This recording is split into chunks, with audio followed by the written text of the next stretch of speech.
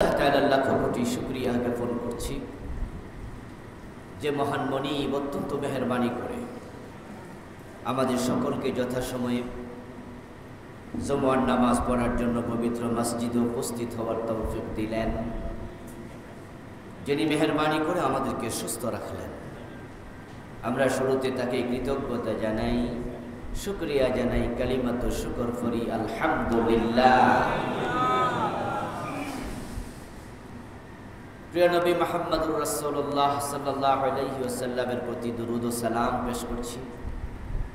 সাহাবায়ে কেরাম ও শুহাদায়ে জামের আলা ইল্লিকিন আল্লাহ তাআলার কাছে কামনা করছি, আমিন। সম্মানিত দিনী ভাইরা, আমরা নামাজে পঠিত ছোট ছোট সূরাগুলোর তাফসীর করব। এই মর্মে আমরা গত 2 জুমায় সূরা আল আসরের তাফসীর আমরা তুলে ধরেছি। আজকে আমরা এর পরে সূরা আল হুমাযা, ওয়াইলুল লিকুল্লি হুমাযাতিল লুমাযা, এই সূরা প্রসঙ্গে কিছু কথা বলবো ইনশাআল্লাহ। কোরআনের প্রতিটি আয়াত আমাদের জন্য মেসেজ, সংবাদ। নবীজি সাল্লাল্লাহু আলাইহি ওয়াসাল্লাম আল্লাহর পক্ষ থেকে আমাদেরকে এই সংবাদগুলো দিয়েছেন।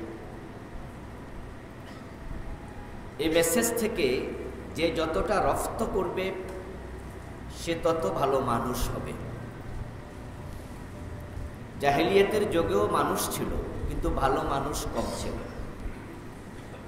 কোরআন আসার পরে এই মানুষগুলি পরিপূর্ণ পরিবর্তন হয়ে গেল।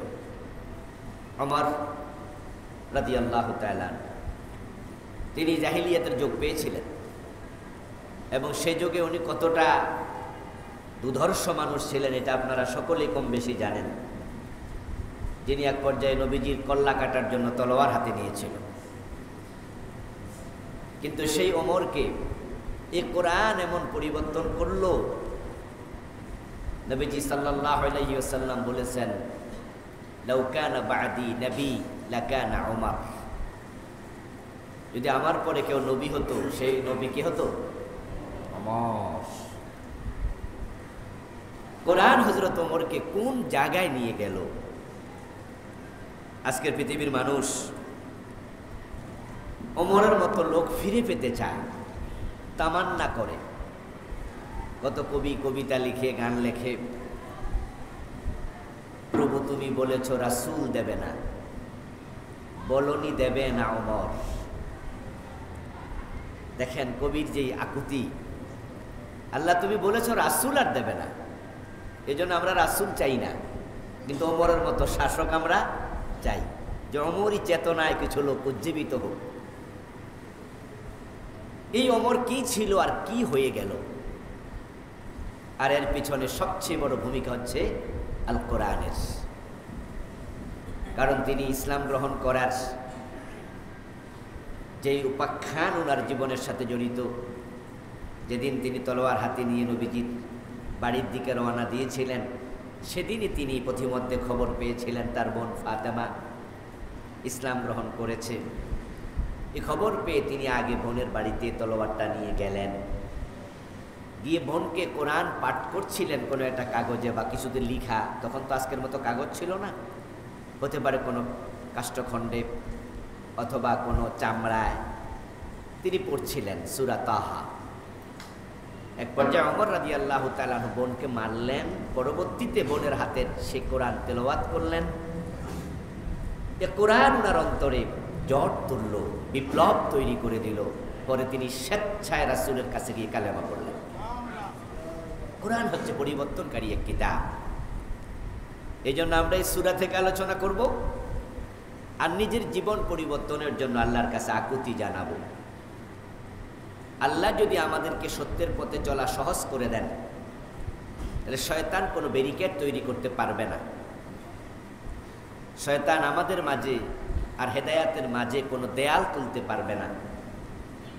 আর আল্লাহ যদি খুশি না থাকেন, তাহলে নবী মুহাম্মদ সাল্লাল্লাহু আলাইহি সাল্লামের জামানাতে এমন লোক ছিল রাসূল ওয়াজ করছে শোনে নাই, এর মানে হেদায়াত নবী নিজেও দিতে পারেন নাই। এই জন্য আল্লাহর সন্তুষ্টি, রেজামন্দি দরকার। আল্লাহর কাছে দোয়া, আল্লাহুম্মা ইন্নী আসআলুকাল হুদা ওয়াত তুকা ওয়াল ইফাফা আফাফা ওয়াল গিনা। নবীজি নিজে দোয়া করতেন, আল্লাহুম্মা ইন্নী আসআলুকাল হুদা, হে আল্লাহ আমি তোমার কাছে হেদায়েত চাই। হেদায়েতের নবী, হেদায়েত যিনি দেন, হেদায়েতের মেসেজ পৌঁছান, তিনি আল্লাহকে বলছেন আল্লাহুম্মা ইন্নী আসআলুকাল হুদা, আমি হেদায়েত চাই, ওয়াত তুকা, তাকওয়া চাই, ওয়াল আফাফা, আমি পবিত্রতা, পরিচ্ছন্নতা, উত্তম চরিত্র চাই, ওয়াল গিনা, এবং আমি দারিদ্রতা থেকে মুক্তি চাই। এই দোয়াগুলো আপনারাও করবেন, মুখস্থ করবেন, ছোট্ট দোয়া।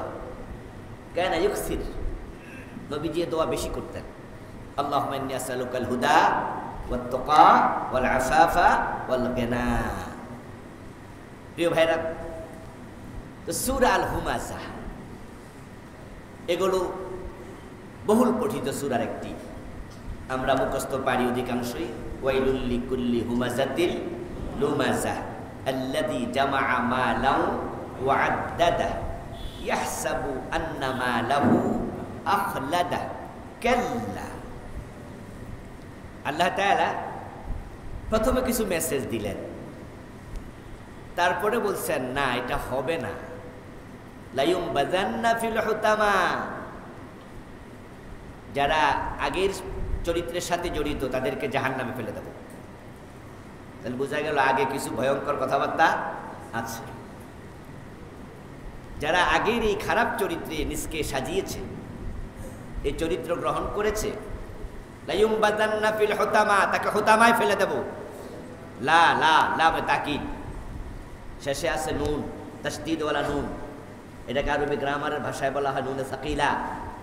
এই শব্দগুলো দৃঢ়তার জন্য আসে। লায়ুমবাযান্না ফিল হুতামা, ডেফিনেটলি তাকে হুতামায় আমি ফেলে দেব। এরপরে মানুষ হুতামা কি নাও চিনতে পারে, যে ওমা আদরাকা মাল হুতামা, তুমি কি জানো হুতামা কি? নারুল্লাহিল মুকাদা আল্লাতী তাত্তালিউ আলাল আফইদা ইন্নাহা আলাইহিম মুসাদা ফি আমাদিন মুমাদ্দাদা। নামাজের মাঝে পড়েন এগুলো, কিন্তু মেসেজটা কি হয়তো অনুবাদ জানেন না, না জানার কারণে নামাজে মনোযোগ কম থাকে, বা আল্লাহর দেয়া মেসেজের মাঝে আপনার জন্য যে ফাথেও ছিল সে ফাথেও আপনি নিতে ব্যর্থ হচ্ছেন অনুবাদ না জানার কারণে। শিখবেন, বাড়িতে বসে বসে পড়বেন। আমি আজকে বলবো আর আপনার মুখস্থ হয়ে যাবে, এত মেধা তো আমাদের সকলের নেই। এই জন্য বাড়ি যাবেন, এই আয়াতগুলো অনুবাদ পড়বেন, তাফসীর পড়বেন। আপনি যখন এগুলো জানবেন, পড়বেন, তখন এই কোরআনের প্রভাব আপনার অন্তরে তৈরি হবে, আল্লাহ ভীতি বাড়বে। এবং যেই খারাপ চরিত্রের কারণে, বদ অভ্যাসের কারণে আল্লাহ তাআলা হুতামা জাহান্নামে ফেলে দেবে, ওই বদ অভ্যাসগুলো পরিত্যাগ করার জন্য সচেষ্ট হবেন, চেষ্টা করবেন, আল্লাহর কাছে প্রার্থনা করবেন যে আল্লাহ এই বদ অভ্যাসগুলো তুমি দূর করে দাও। আল্লাহ দূর করে দেবেন ইনশাআল্লাহ। আল্লাহর কাছে বলতে হবে, আত্মস্বীকৃতি দিতে হবে। হযরত ওমর খুব কঠোর হৃদয়ের মানুষ ছিলেন। তিনি যখন ক্ষমতা লাভ করলেন, খেলাফত পেলেন, তখন তিনি আল্লাহর কাছে প্রথমেই যে দোয়াটা করলেন, প্রথম খুতবাতেই, আল্লাহুম্মা ইন্নী গালিজুল কলবি ফালাজ্জিনি, আল্লাহুম্মা ইন্নী শাহীহুন নাফস ফাসাকহিনি। হে আল্লাহ, আমার অন্তরটা বড় কঠিন। এতদিন আমি ছিলাম ব্যক্তি ওমর, আর এখন আমি খলিফা ওমর। আগে মানুষ আমার কাছে না আসলেও মানুষের কিছু আসে যেত না, তাই তারা আমার মেজাজের কারণে আমাকে এড়াইয়া চলছে অনেকে, আর সে এড়াইয়া চলছে, আমারও তার কাছে যাওয়া দরকার নাই। কিন্তু এখন তো আমি খলিফা, তাকে আমার কাছে বিভিন্ন প্রয়োজনে আসতেই হবে, আর তাদের খোঁজখবর নেই। এখন আমার দায়িত্ব, আমাকেও তাদের কাছে যেতে হবে। কিন্তু আমার যে মেজাজ, এই মেজাজ নিয়ে মানুষের সাথে মুআমালা করলে তো মানুষ অসন্তুষ্ট হবে, তারা আমাকে রহম দিল পাবে না। এই জন্য তিনি আল্লাহর কাছে বলছে, আল্লাহুম্মা ইন্নী গালিজুল কলবি ফালাজ্জিনি, হে আল্লাহ আমি কঠিন হৃদয়ের মানুষ, তোমার কাছে আমার প্রার্থনা তুমি আমার অন্তরটাকে কোমল বানাইয়া দাও। দোয়া কি কবুল হয় নাই? পরে উনি কান্দে করে আটার বস্তা প্রজাদের বাড়িতে রাতের বেলা নিয়ে গেছেন, এমন ইতিহাস আছে। এই জন্য আমরা আল্লাহর কাছে খারাপ অভ্যাসগুলোর ব্যাপারে দোয়া করব, আল্লাহ যেন সরাইয়া দেয়। তো খারাপ অভ্যাসগুলো কি? আসুন আমরা সূরা হুমাজা থেকে শুনি।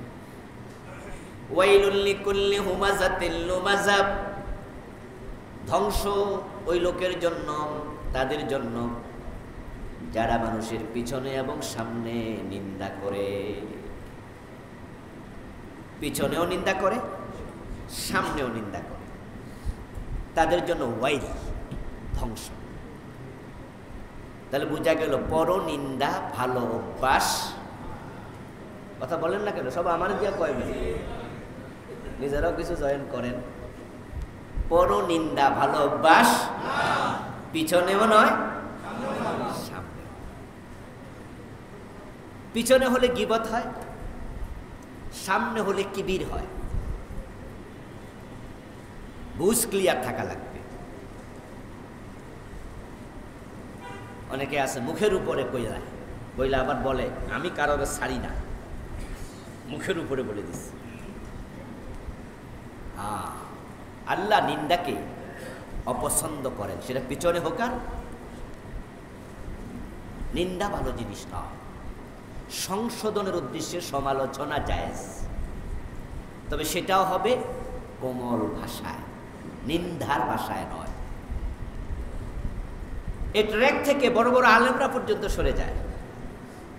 এজন্য ফেসবুক খুললে এখন হুজুরদের ফতুয়া দেখে অন্য মানুষ লজ্জা পায়।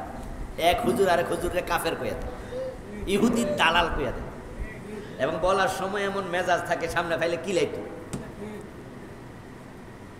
এই যে নিন্দা, সমালোচনা তীব্র ভাষা, এটা আল্লাহর কাছে পছন্দনীয় নয়।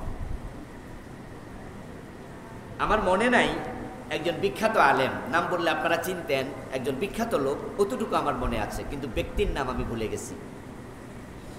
ওনাকে কোনো একজন একটু শক্ত ভাষায় কথা বলল, মানে নিন্দার ভাষায়। তো বলার পর উনি বলতেছে, ভাই আমি যতই খারাপ, আমি কিন্তু ফেরাউনের চেয়ে খারাপ না, আর আপনি যতই ভালো, আপনি নবী মূসার চেয়ে ভালো না। তো নবী মূসা যদি ফেরাউনের সাথে নরম ভাষায় কথা বলতে পারে, তো আপনি এত শক্ত ভাষায় কথা বলেন কেন? কি উদাহরণ যে হ্যাঁ আমার একটু ভুল হয়েছে, আমি একটু অন্যায় করছি, হয়তো আপনার চোখে মনে হয়েছে আমার এই কাজটা ঠিক না, কিন্তু আমি কি ফেরাউনের চেয়ে খারাপ? তাহলে আমি ফেরাউনের চেয়ে খারাপ। আবার আপনি খুব ভালো মানুষ, কিন্তু মূসার চেয়ে আপনি ভালো। তো তাহলে মূসা নবী যদি ফেরাউনের সাথে নরম ভাষায় কথা বলতে পারে, তো আপনি আমার সাথে এইভাবে বলছেন কেন? আসলে আমরা যখন কারো সংশোধন চাই, তখন তার সাথে আমাদের ডাক্তারের ভাষায় কথা বলা উচিত। কার ভাষায়? ডাক্তার। ডাক্তার রোগীর সাথে ডাক্তারের যে ব্যবহার হয়, একজন ভুলকারীর সাথে আরেকজন সংশোধনকারীর ব্যবহার তাই হওয়া উচিত। যখন ভাঙ্গাচুরা হাত নিয়ে আমরা যাই ডাক্তারের কাছে, যে ডাক্তার আমার হাত তো এখানে মুচকে গেছে, লড়ে গেছে, ভেঙে গেছে, তখন ডাক্তার সাহেব আপনার হাতটাকে যখন ঠিক করার জন্য ধরে, তখন কি একবারে জবরদস্তি করে ধরে? ব্যথা দেয়? উনি কিন্তু আলতো করে ধরে, সুন্দর করে ধরে। উদ্দেশ্য কি? সুস্থতা। যে আমার কাছে লোকটা আসছে, আমি তাকে সুস্থ করতে হবে। এজন্য তিনি মায়া নিয়া, দরদ নিয়া ধরে, তারপরে আস্তে করে ব্যান্ডেজ করে। যদি রক্ত ব্লিডিং হয়, তাহলে দেখবেন যে কত নরম করে করে আস্তে আস্তে করে ডলে। তারপরে উনি একটা ব্যান্ডেজ টেন্ডিস করে গলার সাথে ঝুলাইয়া দিয়া বলে, সপ্তাহখানেক থাকেন এইভাবে, আল্লাহ ভরসা ঠিক হয়ে যাবে।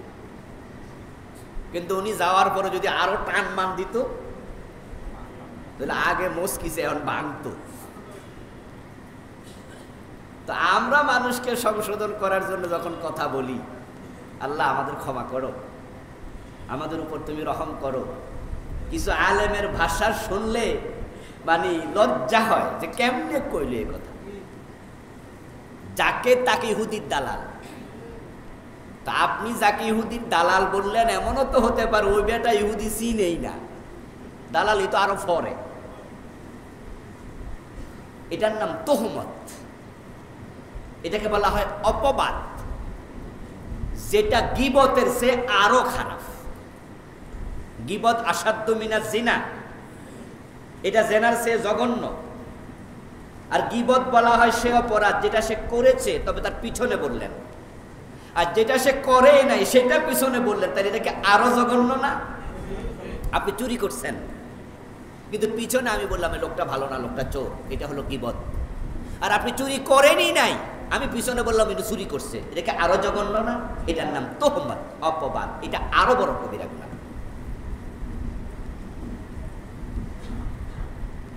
নিন্দা ভালো নয়। আল্লাহ কত ভালো, আল্লাহ কত মহান, তিনি আমাদেরকে কিভাবে শিক্ষা দেন। ফেরাউনের কাছে যখন মুসা আলাইহিস সালামকে আল্লাহ পাঠাচ্ছেন, হযরত হারুন আলাইহিস সালামকে ফেরাউন মুসা বললেন সঙ্গী হিসাবে দেন, তো আল্লাহ বলল ঠিক আছে, দুই ভাই মিলে যাও, মুসার কাছে যাও, ফেরাউনের কাছে যাও। হযরত মুসা, হযরত হারুন আলাইহিস সালাম, তারা মুসা হারুন মিলে ফেরাউনের কাছে গেলেন। এবার গিয়ে কথাটা কিভাবে বলতে হবে আল্লাহ শিখাচ্ছেন, ইযহাবা ইলা ফিরআউন ইন্নাহু তাগাব। দুজন মিলে ফেরাউনের কাছে যাও, সে কিন্তু সীমালঙ্ঘনকারী। তবে ফাকুলা লাহু কাওলান লাইয়িনা, তোমরা দুই ভাই তার সাথে যখন কথা বলবে অত্যন্ত নরম ভাষায় বলিও। কি ভাষা? কার সাথে? খারাপ মানুষের সাথে। সে তো আগি, আল্লাহ কয় সে তো আগি, সে দারুণ সীমালঙ্ঘনকারী, অসভ্য খারাপ মানুষ ফেরাউন, মানুষ জবাই করে আল্লাহ, এত খারাপ।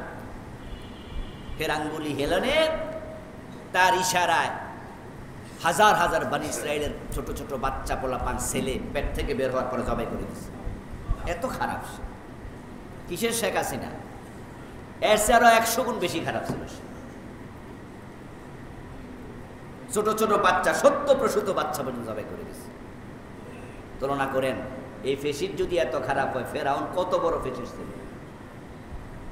কিন্তু আল্লাহ কি বললেন? কথা বলবে।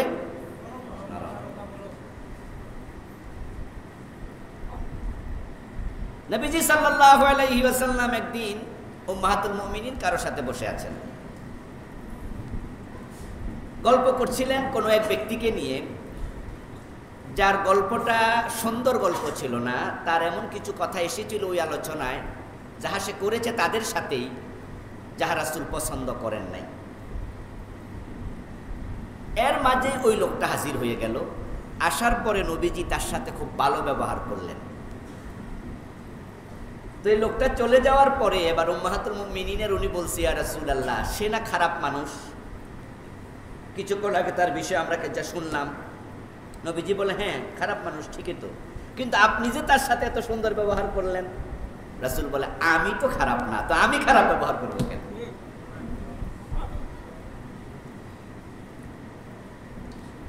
আরে আপনার মুখে গন্ধ আছে, আপনি মুখ খুললে গন্ধ বের হবে, আমার মুখে তো গন্ধ নাই, তো আমার মুখ থেকে গন্ধ হবে কেন?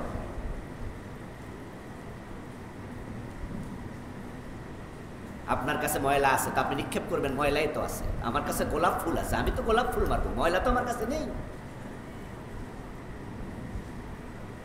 এই জন্য কারো মুখের উপরে বলে দিছি, বাহ হ্যাডেম দেখায়, হ্যাডেম বলে দিছি আমি। বলো, সত্য কথা বলতে হবে, তবে সেটা যদি তুমি তাকে নিন্দা করে বলো, এটা হয় কিবির। কিবির মানে কি? অহংকার, যে ড্যামকে আর ভাব আছে আমার ভিতর। তো পিছনে বললে হয় গীবত, আর সামনে নিন্দা করলে হয় কি? কিবির। তো গীবত হারাম, কিবির কি? এটাও হারাম। এজন্য এই দুই কাজ যারা করবে তাদের জন্য ওয়াইল। ওয়াইল মানে কি? ধ্বংস। শাব্দিক অর্থে ওয়াইল মানে ধ্বংস, আর হাদিসে পাওয়া যায় ওয়াইল মানে জাহান্নামের একটি গর্ত।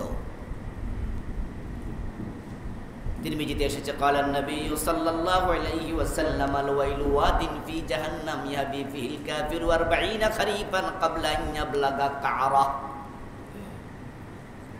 নবীজি সাল্লাল্লাহু আলাইহি ওয়াসাল্লাম বলেন, ওয়াইল হচ্ছে জাহান্নামের একটি উপত্যকা, একটি গর্ত, দুই দিকে পাহাড়, মাঝখানে ঢালু ভূমি। তাই রাসূল এটাকে উপত্যকা বলেছেন বোঝানোর জন্য, জাহান্নামের একটা গর্ত। যারা জাহান্নামী হবে তাদেরকে সে গর্তে যখন ফেলা হবে তলায় পৌঁছতে 40 বছর লাগবে। কত লম্বা গর্ত এবার একটু বুঝে নেন।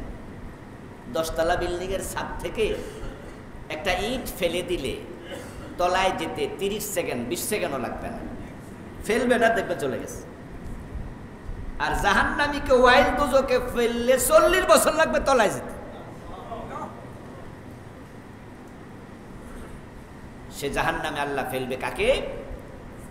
ওয়াইলুল লিকুল্লি হুমাজাতিল লুমাজা, পিছনে নিন্দা করা, গীবত করা। এই গীবতের অভ্যাস আমাদের ভিতরেও মাঝে মাঝে ঢুকে যায়। আল্লাহ তুমি ক্ষমা করো, বলেন আমিন। আল্লাহ হেফাজত করো, বলেন আমিন। আলেম ওলামা, হাজি গাজী, নামাজি সবার ভিতরে অভ্যাস ঢুকে যায়। মাঝে মাঝে আমরা এমন গীবত করে ফেলি, পরক্ষণে মনে হয় কথাটা না বললে উচিত, না বললেও পারতাম, না বলা উচিত ছিল। নবীজি বলছেন আল গীবাতু আশাদ্দু মিনাজ জিনা, গীবত এটা জিনার চেয়ে মারাত্মক। এখন এক সাহাবী বলল, হুজুর বুঝলাম না, কাইফাল গীবাতু আশাদ্দু মিনাজ জিনা। আরে হুজুর জিনা তো জঘন্য কাজ। আরে আল্লাহ, তো গীবত আমরা তো এটা মনে করি না, তবে গুনাহ, কিন্তু জিনার চেয়ে আরো খারাপ, এইটা তো বুঝলাম না।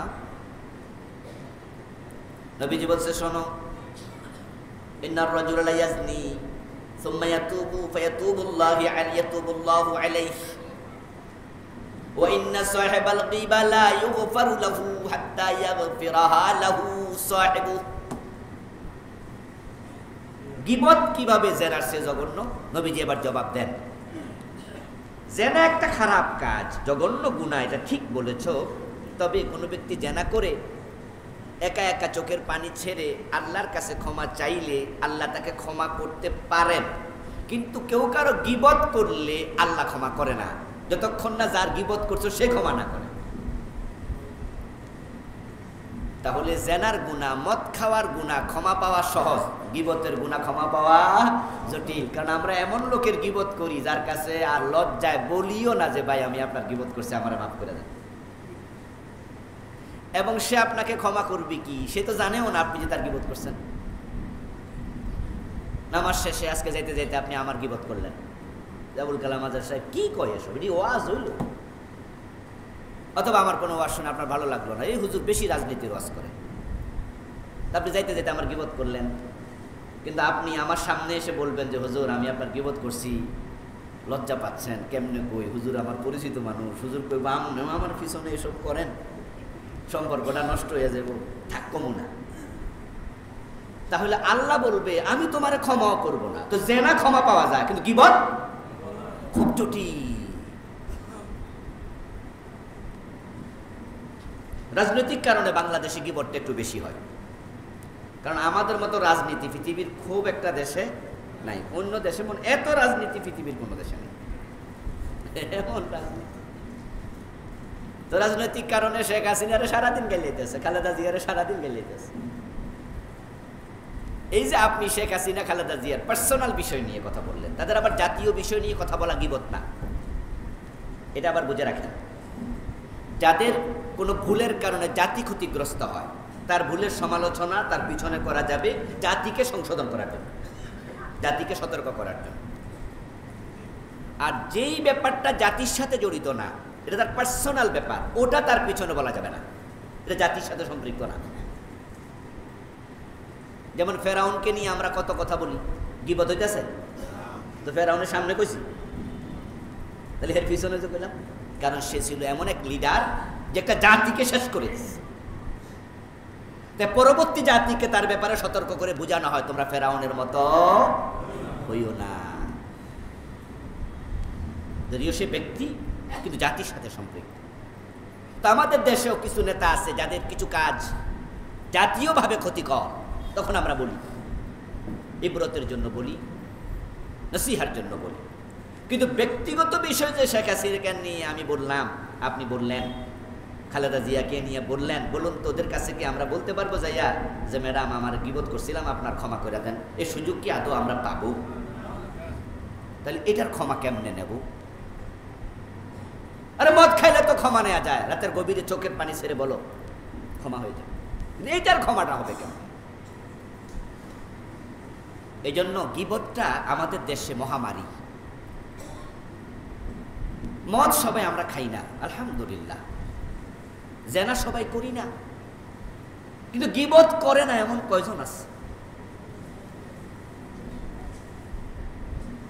পীর সাহেব হুজুরকে বলতেছে তার মুরিদ, হুজুর এই যে আপনার লগে অমুক লোকটা হাঁটে, তো হুজুর বললো হ্যাঁ, কি হয়েছে? হুজুর হে কিন্তু আপনার এই ক্ষতি করে। কি করে কি করে কহ, তাড়াতাড়ি কহ। পীর সাহেব হুজুরের বলা দরকার ছিল, বেটা এই ক্ষতি করে হেরে না কবি আমার কাছে কষ্ট। নাহান নবী সাল্লাল্লাহু আলাইহি ওয়াসাল্লাম আনিল গীবাতি ওয়া ইসতিমাইল গীবাহ। হাদিস, নবীজি সাল্লাল্লাহু আলাইহি ওয়াসাল্লাম গীবত করতে যেমন মানা করছে, গীবত শুনতেও মানা করছে। কিন্তু আমরা গীবত না করলেও শুনতে কিন্তু মজা লাগে, ঠিক না? কি যে মজা, জিলাফির মতো মজা। একজন একজনের বিরুদ্ধে কইলে আমরা কান লাগাইয়া শুনি। শয়তান এখানে এসে একটু মিষ্টি দেয়, ওই মিষ্টি থেকে পিপিলিকা যায়। তা আমরা পিপিলিকার মতো গীবতে সামিল হই। কেউ একটু গীবত শুরু করছে কারো বিরুদ্ধে, কারণ যার বিরুদ্ধে কথা বলা হচ্ছে আপনিও তার বিরুদ্ধের লোক। এই জন্য আপনি তার কথা শুনে মজা পাচ্ছেন। আরো কোন আরো কোন, আপনিও দুই সেটটা কইতেছেন। রাতের বেলায় খাবার টেবিলে বসে মাওলানা বাবার সাথে তার সন্তানরা গল্প করছে, তার চাচিকে নিয়ে দুপুরবেলা চাচির সাথে তার মায়ের ঝগড়া হয়েছিল কোনো বিষয় নিয়ে। এখন মাওলানা বাবারে বলতেছে যে চাচি আম্মা আম্মার এরকম কথা কইল। তখন এবার ওই বউ এসে কথা, ঠিক কথা, তোমার বাইর বউ আমার সাথে এরকম করে। এখন মেয়েটা বলতেছে আব্বা আমিও কমু, সবাই মিল্লা শুরু করছে। মানে শয়তান আগুন লাগাইলো, কেউ এসে পেট্রোল দিল, কেউ অক্টেন দিল, কেউ ডিজেল দিল, কেউ কেরোসিন দিল, ধাউ ধাউ করে জ্বললো। কবির আগুন আর আগুনে পুরা পরিবার জ্বলছে। কিন্তু এটা যে গীবত, আমরা হয়তো তখন ভাবিও। খুব জটিল বিষয়। এই জন্য গীবতের ব্যাপারে সতর্ক থাকা। মোবাইলটা দিয়ে গীবতের ব্যাপারে সতর্ক থাকা। হযরত আয়েশা রাদিয়াল্লাহু তাআলা আনহা, নবীজি সাল্লাল্লাহু আলাইহি ওয়াসাল্লাম ওনার ঘরে আসছেন। প্রতিদিন রাসূল সাল্লাল্লাহু আলাইহি ওয়াসাল্লাম তার স্ত্রীদের ঘরে যেতেন বিকালবেলায়, কার কি প্রয়োজন খবর নিতেন, একটু সময় দিতেন। আর এমনিতে তো প্রতিজনের জন্য একদিন বরাদ্দ আছেই, কিন্তু আবার সবার খবর বিকালে নিতেন। তো একদিন মা আয়েশার ঘরে আসতে রাসূলুল্লাহর একটু লেট হলো, সময় লাগলো। তিনি আশা করছিলেন যে নবীজি আর একটু আগেই আসবেন। তখন তিনি মা সাফিয়া বিনতে হুই বিন আখতাব রাদিয়াল্লাহু তাআলা আনহা ওনার ঘরে ছিলেন, রাসূলের আরেকজন স্ত্রী সাফিয়া। তো মা আয়েশা বারবার অপেক্ষা করছে যে আসে না কেন রাসূল, আসে না কেন। কিছুক্ষণ পর রাসূল আসছে। মা আয়েশার একটু মুখটা একটু হালকা ফুলা ফুলা আর কি, গোমরা মুখ, যে দেরি করলেন কেন আমার ঘরে আসতে। ভালোবাসা, অভিমান, বরং অভিমানের এক পর্যায়ে বলে ফেললেন হাসবুকা মিন সাফিয়া। এরপরে আবার হালকা ইশারা দিলেন হাত দিয়া, হাসবুকা মিন সাফিয়া। অথচ সাফিয়া সাইজে একটু বেটে ছিলেন। তো মা আয়েশা বুঝাইলো যে ওই বাইট্টু নিয়ে না আমার কাছে আসেন কেন। সতীন এই যে ইশারাটা দিলেন, তার বডি নিয়ে হালকা একটু কি হয়ে গেল, একটু কটাক্ষ হয়ে গেল। তার পিছনে কথা বলা, তাকে উদ্দেশ্য করে এই কথাটা সে শুনলে কি কষ্ট পাবে না? গীবত কি? যিকরুকা আখাকা বিমা ইয়াকরা। নবীজিকে প্রশ্ন করা হয়েছিল, হুজুর গীবত কি আমাদেরকে বলুন। আতাদরুনা মাল গীবা, রাসূল বলছে তোমরা কি জানো গীবত কি? ক্বালু লা, আপনি বলেন আমরা জানি না গীবত কি। তখন রাসূল বলেন যিকরুকা আখাকা বিমা ইয়াকরা, তুমি তোমার ভাইয়ের ব্যাপারে এমন কিছু বললে তার পিছনে যেটা শুনলে সে কষ্ট পাবে, এটার নাম কি? আমার পিছনে আপনি বললেন যে আবুল কালাম আজাদ হুজুর না মাশাআল্লাহ ভালো কথা বলে, এটা কি গীবত? আমি এটা শুনলে কষ্ট পাবো না। তাহলে যেটা খারাপ এটা বলা যাবে, এটা গীবত, যেটা শুনলে সে কষ্ট পাবে।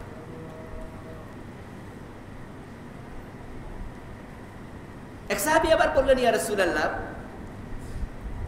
আমি আমার ভাইয়ের ব্যাপারে এমন কথাই তো বলেছি তার পিছনে যাহা সে করেছে। রাসূল বললেন যে হ্যাঁ তুমি পিছনে বললে কেন, এই জন্য গীবত। বরং তোমার ভাইয়ের কোনো কিছু পছন্দ যদি না হয় তাহলে পিছনে বলা উচিত না সামনে? তবে সামনে বলার সময় কি নিন্দা করে? এটাও না। আল মুমিন মিরআতুন লিআখিহি। অন্য হাদিসে রাসূল শিখাচ্ছে একজন মুমিন আরেকজন মুমিনের কি আয়না। আল মুসলিম আখুল মুসলিম। আরে কত সুন্দর কথা। নবীজি বলেন যে একজন মুসলিম আরেক মুসলিমের কি লাগে? ভাই লাগে, ভাই। বন্ধু বলেনি, বলেছে ভাই। ইন্নামাল মুমিনুনা ইখওয়া। নবীজি যে কথাগুলো বলছেন এগুলো কোরআনেরই ব্যাখ্যা। আল্লাহ নিজে বলেন যারা মুমিন তারা একে অপরের ভাই হয়। ভ্রাতৃত্বের সম্পর্কের মতো এত অটুট সম্পর্ক পৃথিবীতে খুব একটা নাই। এই জন্য বাংলায় প্রবাদ আছে, ভাই বড় ধন রক্তের বাঁধন। বিস্ময়কর এক অভ্যাস এটা। সুবহানাল্লাহ। আমি ক্লাস 10-এ পড়ি, দাখিল পরীক্ষা দিচ্ছিলাম। জাস্ট বোঝার জন্য বলছি, পরীক্ষার হলে আমার ঘড়িটা হারিয়ে গেছিল। ঘড়িটা টেবিলের মাঝে এভাবে রেখে তারপরে টাইম দেখে দেখে পরীক্ষা দিচ্ছি, এক একটা প্রশ্নে কত মিনিট লেখা উচিত। তো কোন ফাঁকে কে যে ঘড়িটা নিয়ে গেছে আমি টের পাই নাই।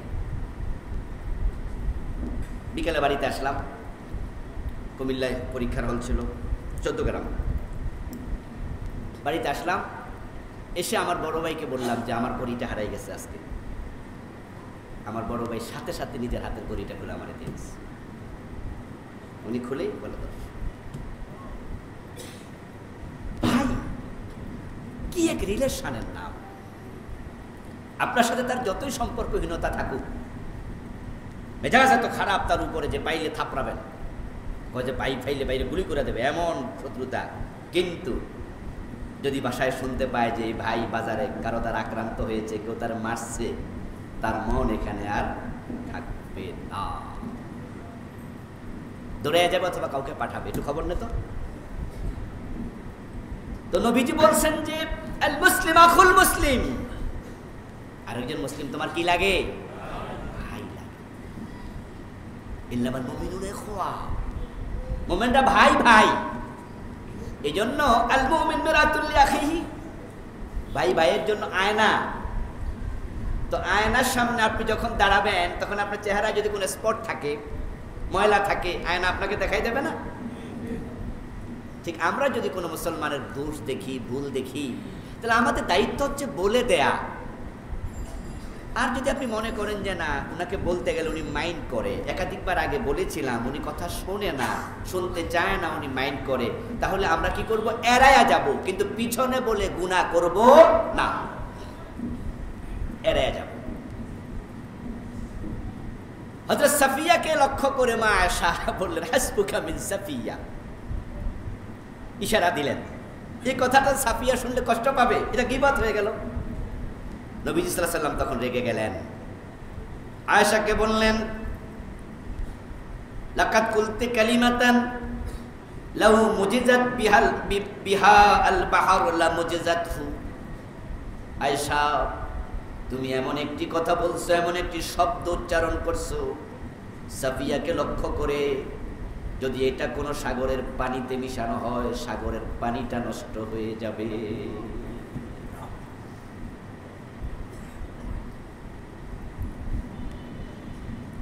রাসূলুল্লাহ সাল্লাল্লাহু আলাইহি ওয়াসাল্লাম কোথাও যাচ্ছিলেন, তার সাথে হযরত জাবের ছিলেন। জাবের ইবনে আব্দুল্লাহ বলছেন কুন্না মা'আন নবী সাল্লাল্লাহু আলাইহি ওয়াসাল্লাম ফারতাফাত রিহু জিফা।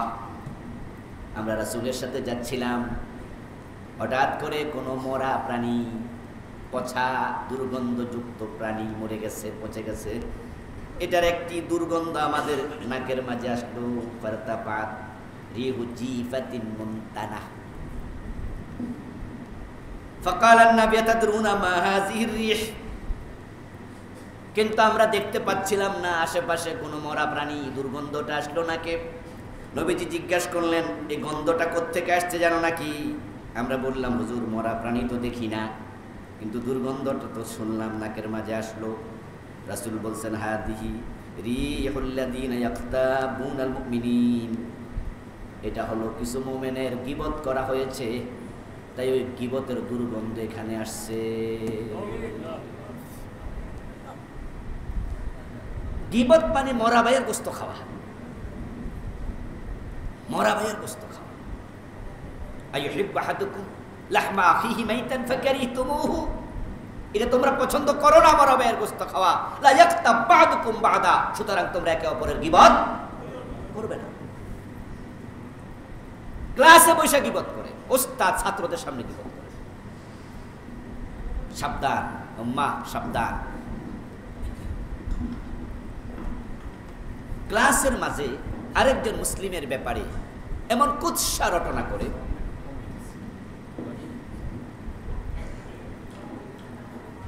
এমন কুৎসা রটনা করছে ক্লাসে ওস্তাদ ছাত্রদের সামনে। সে যে মুসলিম, হ্যাঁ, যদি কোনো ব্যক্তির ব্যাপারে ক্লাসে কথা বলতে হয় সতর্কতার জন্য, আর তাকে আপনি মুসলিম মনে করেন, তার দোষটা বলুন, কিন্তু তাকে হেয় করে কথা বলা যাবে না। কিন্তু হেয় করছে, কামেল ক্লাস, দাওরার ক্লাস, বুখারী পড়াচ্ছে, বুখারীর সামনে। শয়তান যে আমাদের কত বড় দুশ্মন, সে ওই হুজুরকে কান্দে সবার হইয়া পুরা কবিরা গুনার জায়গা বানায় ছেড়ে দিয়েছে, পুরা ক্লাসটাকে। তার সামনে 1000 ছাত্র, 500 ছাত্র, সবাই মজা নিচ্ছে।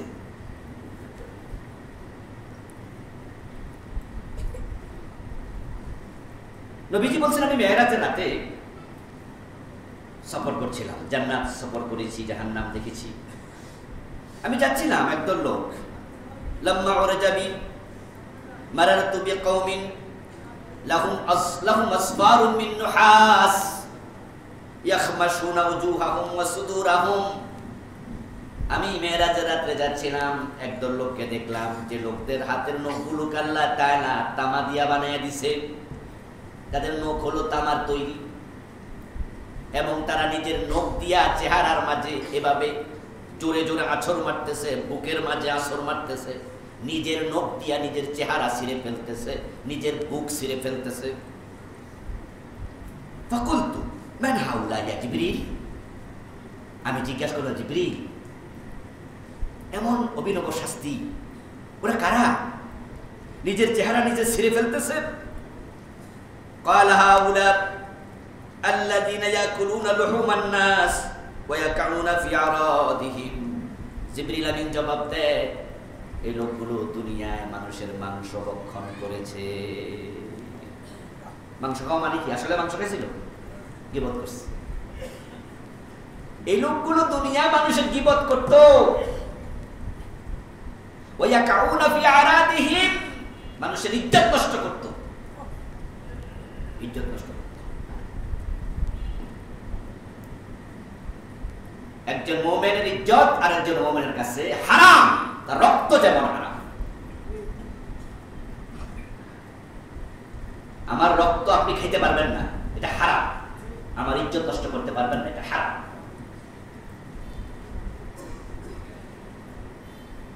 আর যদি করছেন, অপেক্ষা করুন, আল্লাহ আপনাকে তামার নখ দিয়া বলবে, তোর চেহারা তুই নিচেছি, তোর বুক তুই নিচেছি।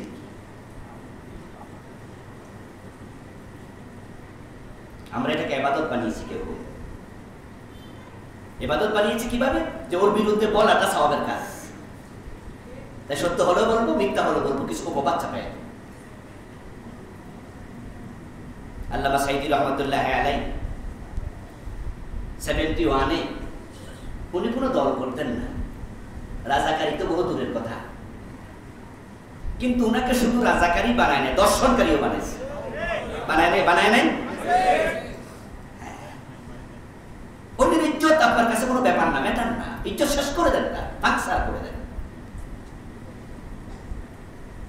সাবধান, অন্যের ব্যাপারে কম মনোযোগী হন, নিজের ব্যাপারে বেশি মনোযোগী হন। আমাদের এটাই হওয়া দরকার।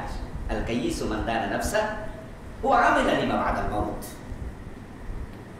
নবী সাল্লাল্লাহু আলাইহি ওয়াসাল্লাম বলেছেন যে সেই তো চালাক, সচেতন, যে আত্মসমালোচনা করে, নিজের দোষ নিজে খোঁজে।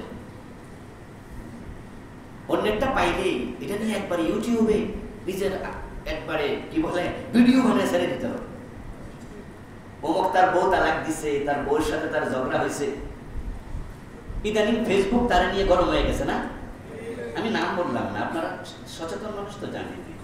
অমুকে তার বউ তালাক দিছে, তা তো প্রাইভেট আলাপ। আপনারা তো এখানে ইন্টারেস্ট কি যে আপনি তার এই ভিডিও বানাতে হবে, আপনি এটা এত শুনতে হবে, কারণ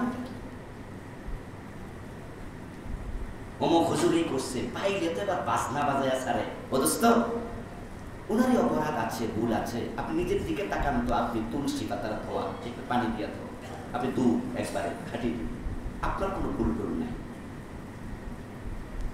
কোন মানুষের জাতীয় কথা যখন সামনে আসবে, তখন আয়নায় নিজের চেহারাটা দেখুন। একজন সাহাবী রাসূল সাল্লাল্লাহু আলাইহি ওয়াসাল্লামের কাছে আসলেন, নবীজি তাকে বললেন যে খাল্লি, এই মিয়া খিলাল করো। খিলাল বোঝেন তো, ওই দাঁত খিলাল, খাল্লি। সে বলে আকাল তুলা আমার হুজুর, আমি তো আজকে গোস্ত খাইনি। আমি কি গোস্ত খাইছি? গোস্ত খাইলে না খিলাল করে বলছি। নবীজি বলে হ্যাঁ, আমার কাছে মেসেজ এসেছে তুমি অমুক মরা ভাইয়া গোস্ত খাইছো, তুমি গীবত করেছো।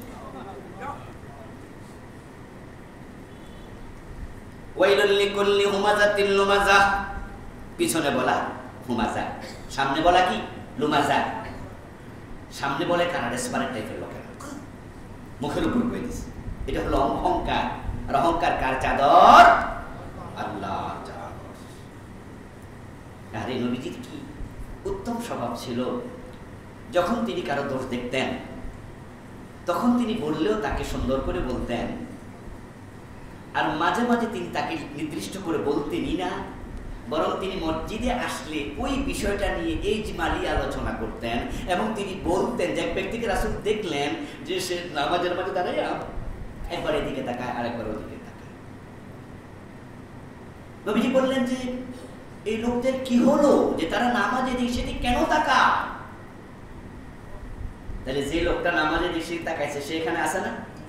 তো সে কিন্তু বুঝে ফেলছে, আরে তা আমার না করতেছে। কিন্তু রাসূল তাকে ছোট করেন নাই, লজ্জা দেন নাই। সংশোধনের দরকার, ব্যক্তিকে হেয় করা তো দরকার নাই। নবীজির আদর্শ আমাদের জন্য পাথেয়। আল্লাযী জামাআ মালান ওয়া আদ্দাদাহ, যারা ওয়াল দোজখে যাবে, যারা জাহান্নামী হবে, ক্ষতি হবে, ধ্বংস তাদের জন্য। আয়াতের দ্বিতীয় অংশ। এবার পরবর্তী আয়াত হলো যারা টাকা সম্পদ জমায় আর শুধু গণনা করে। এটা আল্লাহর কাছে পছন্দনীয় গুণ নয়। তাহলে টাকা জমা করা না জায়েজ, এটা বোঝানো হলো? তাহলে টাকা পয়সা গণা যাইব না, এটা বোঝানো হলো না। এই আয়াতে বোঝানো হয়েছে যারা টাকা পয়সাকেই তাদের মুক্তির উপায় মনে করে, টাকা নিয়ে বাহাদুরি করে, মানে টাকাওয়ালা হইয়া পার মাটিতে পড়ে না, সে টাকাওয়ালা হইয়া নিজেকে সে দরাকে সরাগান করে, টাকার কারণে অহংকারী হয়ে যাচ্ছে, ভাবছে টাকাই সব। আল্লাহ বলে না, টাকা সব নয়। আল-মাল যাইল, টাকা হচ্ছে চলে যাওয়ার জিনিস। আরবিতে টাকার অনেকগুলো আরবি আছে, তার মাঝে একটা হলো নাক্তাদুন, নুন কাফ দাল। তো নুন এবং কাফ, নুন ফা পাশাপাশি আসলে অধিকাংশ জায়গাতে চলে যাওয়ার অর্থে আসে। যেমন নাফাক, পাহাড়ের মাঝখান দিয়া পাহাড় কেটে রাস্তা বানায়। বাংলাদেশে আছে কিনা আমি জানি না, কিন্তু সৌদি আরবে তো অ্যাভেলেবেল পাহাড়ের মাঝখান দিয়ে রাস্তা। এই পাহাড়ের মাঝখানের রাস্তাকে নাফাক বলে। নুন এবং ফা পাশাপাশি আসছে। নাফাক মানে হলো এই পাশ দিয়া ডুববা, ওই পাশ দিয়া। এই যে আমরা নিঃশ্বাস নেই, নিঃশ্বাসকেও আরবিতে আরেকটি শব্দ হচ্ছে নুন ফা খা, নাফুকুন। তো নুন ফা কাছাকাছি আসছে, অত বের হওয়া, নিঃশ্বাস বের হওয়া, নিঃশ্বাস ঢোকে। তো আরবিতে নুন ফা নুন কাফ কাছাকাছি আসলে যাওয়ার অর্থ হয়। তো মালের আরেকটি হচ্ছে নুন কাফ দাল নাকদুন, নাকদুন মানে পয়সা, মাল, দাল মাল যায়।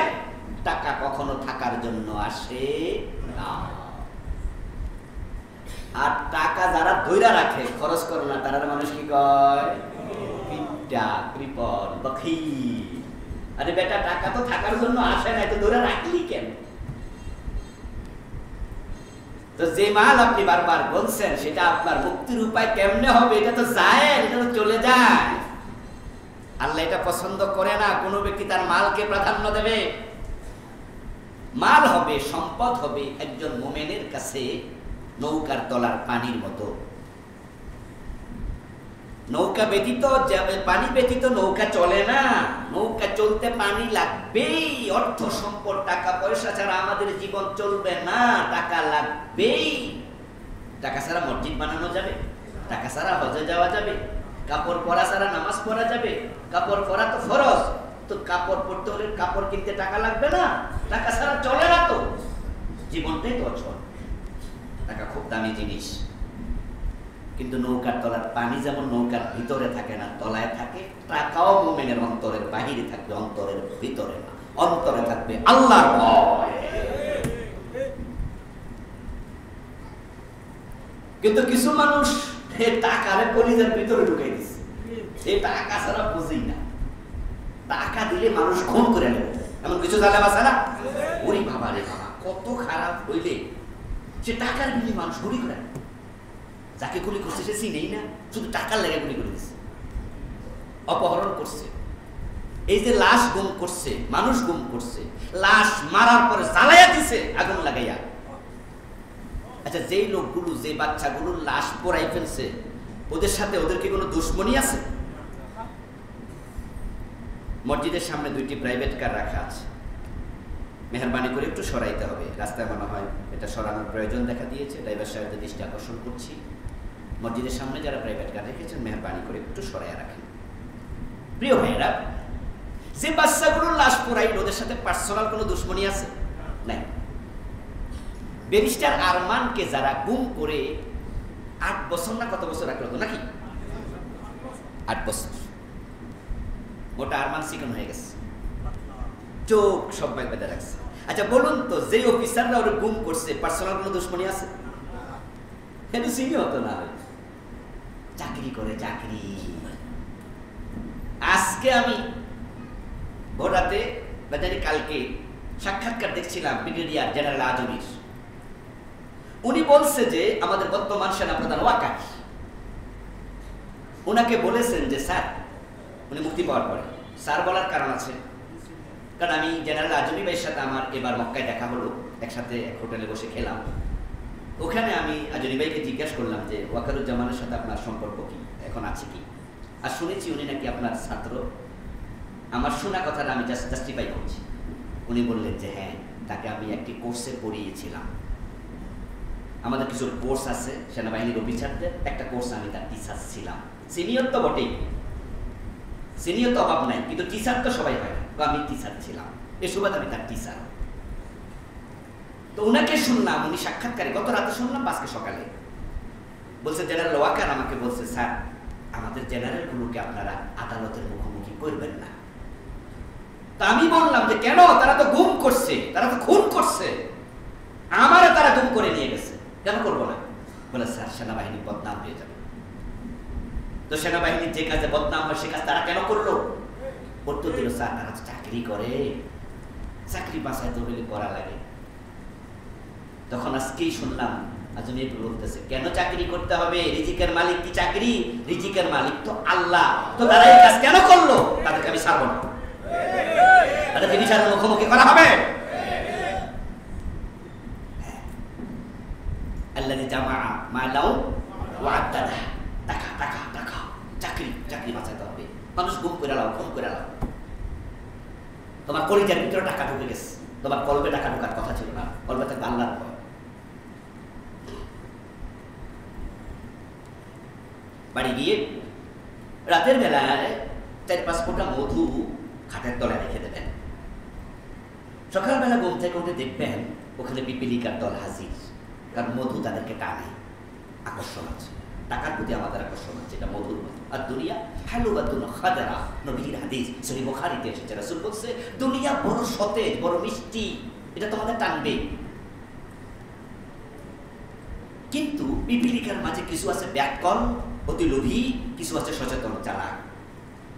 তা আপনি সকালবেলায় দেখবেন যে খাটের তলায় যে মধু রাখছিলেন, কিছু পিঁপড়া দেখবেন যে মধুর দিকে 1 ফা 2 ফা দিছে, বাকি 1 2 ফা বাহিরে রাইখা খাইয়া আস্তে আস্তে চলে যায়। আর কিছু পিঁপড়াকে দেখবেন এত লোভী, মাঝখানে ঢুকে খাইছে, কিন্তু বের হওয়ার সুযোগ আর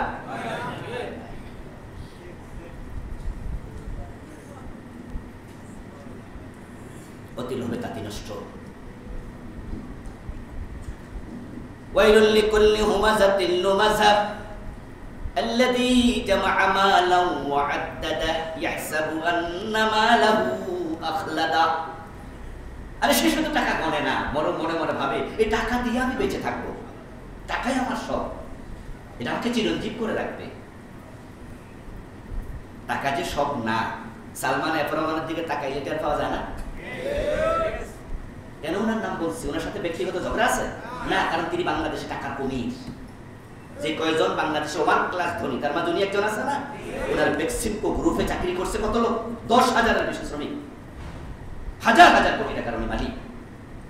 উনি অনেক পয়সাওয়ালা মানুষ, আমি ওনার নিন্দা করছি না, পক্ষে বলছি।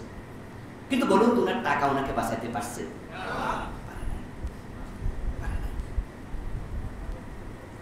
কারুনের কি টাকার অভাব ছিল? তার টাকা তাকে বাঁচাইতে পারছে? আমি মিশরে গিয়েছিলাম, ফাইয়ুম নামক জেলা, কায়রো থেকে 250 থেকে 300 কিলোমিটার দূরে, যেখানে আল্লাহ তাআলা কারুনকে পানি নিচে মাটি সহ ধসাইয়া দিছে। বিশাল এক সমুদ্র দেখলাম সেখানে, নাম বহাইরায় কারুন। পাশে দাঁড়িয়েছি, আমি দেখতে গিয়েছিলাম। হাদিসে পাওয়া যায় কারুনকে আল্লাহ তাআলা কিয়ামত পর্যন্ত মাটির তলাতে ধসাতেই থাকবেন। সূরা কাসাস পড়বেন, কারুনকে নিয়ে আল্লাহ লম্বা আলোচনা সেখানে করেছে, তার সম্পদ থেকে বাঁচাইতে পারে। তাহলে আমরা টাকার বিষয় কি পাগল হয়ে যাব টাকার জন্য? নো, এটা মুমিনের গুণ নয়। ধ্বংস হবে, ধ্বংস, তুমি শেষ হয়ে যাবে, তোমার টাকা তোমাকে শেষ করে দেবে। এই জন্য সম্পদের প্রতি লোভ থাকবে, কিন্তু সেটা সীমা লঙ্ঘন যেন। হালালটা রিসিভ করুন, হারামকে অ্যাভয়েড করুন। That's enough. স্বল্পে তুষ্ট হয়ে যাবেন, তাহলে আপনার ক্ষুধা থাকবে না। স্বল্পে তুষ্ট হয়ে যাবেন, ক্ষুধা থাকবে না। হালাল ভাবে কোটি টাকা আসবে, ওয়েলকাম। ওসমান ধনী ছিলেন, অসুবিধা নেই। ওসমান টাকা খরচ করে জান্নাত দুনিয়া থাকতে পেয়ে গেছে, ইসলামের জন্য খরচ করেছে। টাকা হলে খারাপ সেটা নয়, কিন্তু হারাম ভাবে কোনো পয়সা ঢুকবে না, ডিটারমাইন হবে, ডিটারমাইন। আমি সিদ্ধান্ত নিয়েছি, আমার পকেটে হারাম ভাবে 1 পয়সা ঢুকতে আমি দেব না। আরে আপনি সিদ্ধান্ত নেন, বাস্তবায়ন করানোর কে?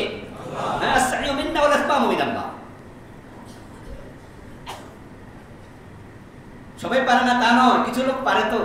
আরে তারা কিছু ভালো মানুষ তো আছে জমিনে, থাকার কারণেই তো এখন আসমান জমিন টিকে আছে। হয়তো আমার কারণে টিকে নাই, আপনার কারণে টিকে নাই, কিন্তু কিছু ভালো মানুষ এখনো আছে। শাহ আব্দুল হান্নান সরকারের সচিব ছিলেন, এনবিআর এর চেয়ারম্যান ছিলেন, অনেক বড় অফিসার। তার নাম শুনেছেন, তার লেখা বই আছে, অনেকে পড়েছেন, জানেন অনেকে। ব্যক্তিগতভাবে তাকে আমি খুব কাছ থেকে দেখার সুযোগ পেয়েছি। মারা গেছেন, তিনি আল্লাহ জান্নাত নসিব করুন। যেখানে আমাদের কনস্টেবল লাখ টাকার মালিক, দারোগা হইলে তো কোটি টাকার মালিক, এমন দারোগাও আছে। সরকারের এত বড় বড় পদে চাকরি করছে, ঢাকাতে একটা বাড়ি বানাতে পারে নাই। বাবার বাড়িতে তিনি থাকছেন চাকরি জীবনের শেষে। বলতেন যে সন্তান লেখাপড়া করাইয়া আসলে চাকরিতে বেতন যা পাইছি তা দিয়ে জমানোর সুযোগ আর খুব একটা পাই নাই। হ্যাঁ, এখনো ভালো মানুষ আছে। উনি তো মরে গেছে, একজন পুলিশের বড় ডিআইজি, এখন জানি না তিনি ডিআইজি আছেন কিনা। এক প্রয়োজনে তার কাছে আমি গিয়েছিলাম, তার অফিসে গিয়ে বললাম যে স্যার অমুক জায়গায় একটা ফোন দেন, তার সাথে আমার একটু পরিচয় আছে। উনি বললো ফোন দেবো কে, সরকারি মোবাইল তো হারাই গেছে। হারাইলো কবে? গত জুমা গুলশান আজাদ মসজিদে নামাজ পড়তে গেছিলাম, পকেটে নিয়ে গেছে। তখন তিনি ছিলেন এসপি। আমি বললাম এসপির মোবাইল চুরি হয়? তো উনি হাসি দিয়ে বলছে, পাঞ্জাবি গাদি মসজিদে গেছি, পোশাক পরে কি আর গেছি, জুমার নামাজ পড়তে গেছি, তো বেটা চোর কি আর জানে আমি এসপি, পকেটে নিয়ে গেছে। আমাকে আবার বললেন উনি যে হ্যাঁ ওই ফোনটা নামাবো, সিমও নাই, নিয়ে আপনার বিষয়ে আমি হেল্প করবো। আমি বললাম ফোন নামাবেন কতক্ষণ লাগে কিনতে? আরে টাকা টাকা লাগবে না। এসপি বলে টাকা টাকা লাগবে না। ভালো মানুষরা কিছু আছে বিধে আসমান জমিটা টিকে আছে। তো আমরা তাদের একজন হবো ইনশাআল্লাহ। বলেন হারাম খাবো না, হারাম আসতে দেবো না নিজেতে। রক্তের ভিতর রিজিক আপনার আল্লাহ পৌঁছায় দেবে। আপনি জন্মের আগে রিজিক লিখছে, কিসের টেনশন? আর যদি উল্টা পাল্টা চলেন ওয়াইলুল লিকুল্লি হুমাযাতিন লুমাযা বলতে বলতে ওয়া ইয়াহসাবু আন্না মালাহু আখলাদা, এরপরে কি কাল্লা, কোয়াইট ইম্পসিবল, অসম্ভব। কাল্লাকে আরবিতে বলে হারফুর রাফই। যারা হেদায়েতুন নাহু পড়ছে মাদ্রাসায় তারা এই শব্দ সম্পর্কে ভালো পড়েছে। হারফে রাদা, আল্লাহ সিরিয়াসলি এনকার করছেন, অসম্ভব, এ টাকা তোমাকে বাঁচাতে পারবে না যদি আমি আল্লাহ কইরা বসি। কারো ক্ষমতা, কারো টাকা, কিচ্ছু আল্লাহর সামনে হায়েল হয় না, দেয়াল হয় না। এরপর বলছে লা ইউমবাদান্না ফিল হুতামা, এই চরিত্রের মানুষগুলো যারা হালাল হারাম বাছাই করে আলাদা করে না, যে মানুষগুলো গীবত করে, অহংকার করে, মানুষের নিন্দা করে, সামনে পড়ে উদ্যত হয়ে যায়, তাদেরকে জাহান্নামের আগুনে ফেলে দেয়া হবে। হুতামা শব্দের অর্থ চুরমার করা, ভেঙ্গে চুরে খান খান করা শব্দের অর্থ হুতামা। আটা, গম থেকে যখন আটা বানায় না তখন পিষে ফেলে না, আগে তো এক সময় ইয়ে ছিল কিন্তু জাতা ছিল না, জাতা দিয়ে পিষে ফেলে, এটাকে বলে হুতামা। আল্লাহ বলে এমন জাহান্নামে ফেলবো তোমাকে পিষে ফেলবো। আল্লাহ শব্দ দেখছেন, মানে স্টাইল, বলার স্টাইল দেখছেন, একবারে পিষে ফেলা হবে তোমাকে। লাইয়ুমবাদান্না ফিল হুতামা ওয়া মা আদরাকা মাল হুতামা, হে নবী আপনি কি জানেন হুতামা কি? নারুল্লাহিল মুওকাদা, আল্লাহর প্রজ্বলিত অগ্নি। নাউযুবিল্লাহি মিন যালিক। আল্লাতী তাত্তালি আলাল আফিদা, এবং যে আগুনে ফেলার পরে শুধু রক্ত মাংসই জ্বলবে না, তোমার অন্তরটা সহ জ্বালিয়ে দেয়া হবে। চোর ধরে পিটাইছেন, লাঠি দিয়ে 4-5 জন ধরে পিটাইছে। আচ্ছা, চোর পিটানোর পরে চোরের কলিজা ভেঙে গেছে, এটা কোনোদিন শুনছেন নি? হাত ভাঙে, পা ভাঙে, চামড়া ছিঁড়ে যায়, ঠিক না, মাথা ফাইটা যায়, কিন্তু কলিজা ভেঙে যায়, শুনছেন কোনোদিন? আল্লাহ বলে এমন আগুনে ফেলবো কলিজা শুনতে শেষ করে দেবো। আর এটা কুয়াত শব্দের বলবো, কুয়াত মানে কলিজা, অন্তর, হৃদয়। এমন আগুনে ফেলবো শুধু চামড়া জ্বলবে না, গোস্ত জ্বলবে না, রক্ত জ্বলবে না, কলিজা শুনতে জ্বালাই দেবে। নাউযুবিল্লাহ। ইয়া সালাম, ইয়া সালাম, ইয়া সালাম। নারুল্লাহিল মুকাদাতুল্লাতী তাত্তালিউ আলাল আফইদা ইন্নাহা আলাইহিম মুসাদা ফি আমাদিন মুমাদ্দাদা। আল্লাহ বলে আগুনের মাঝে তোকে আমি বাইন্দা রাখা দেব, শুধু আগুনে ফেলে দেব না, আগুনে বেঁধে ফেলা হবে, বেঁধে রাখা হবে, নড়াচড়া করতে পারবে। আল্লাহ তাআলা এই কথাগুলো বলে আমাদেরকে বোঝাচ্ছেন আমরা যেন ওই বাজে চরিত্রের কেউ না হই। আল্লাহর কাছে আমরা ফানা চাই। এই সিফাতে মাযমুমা, সিফাতে রাযিলা, এগুলো থেকে আল্লাহ আমাদের হেফাজত করুক, বলেন আমিন। হাযা মা ইনদি ওয়াল ইলমু ইনদাল্লাহ আলাইহি তাওয়াক্কালতু ওয়া ইলাইহি উনীব। প্রিয় ভাইরা, আলহামদুলিল্লাহ ইতিমধ্যে আমাদের মসজিদে 3 তলার ছাদ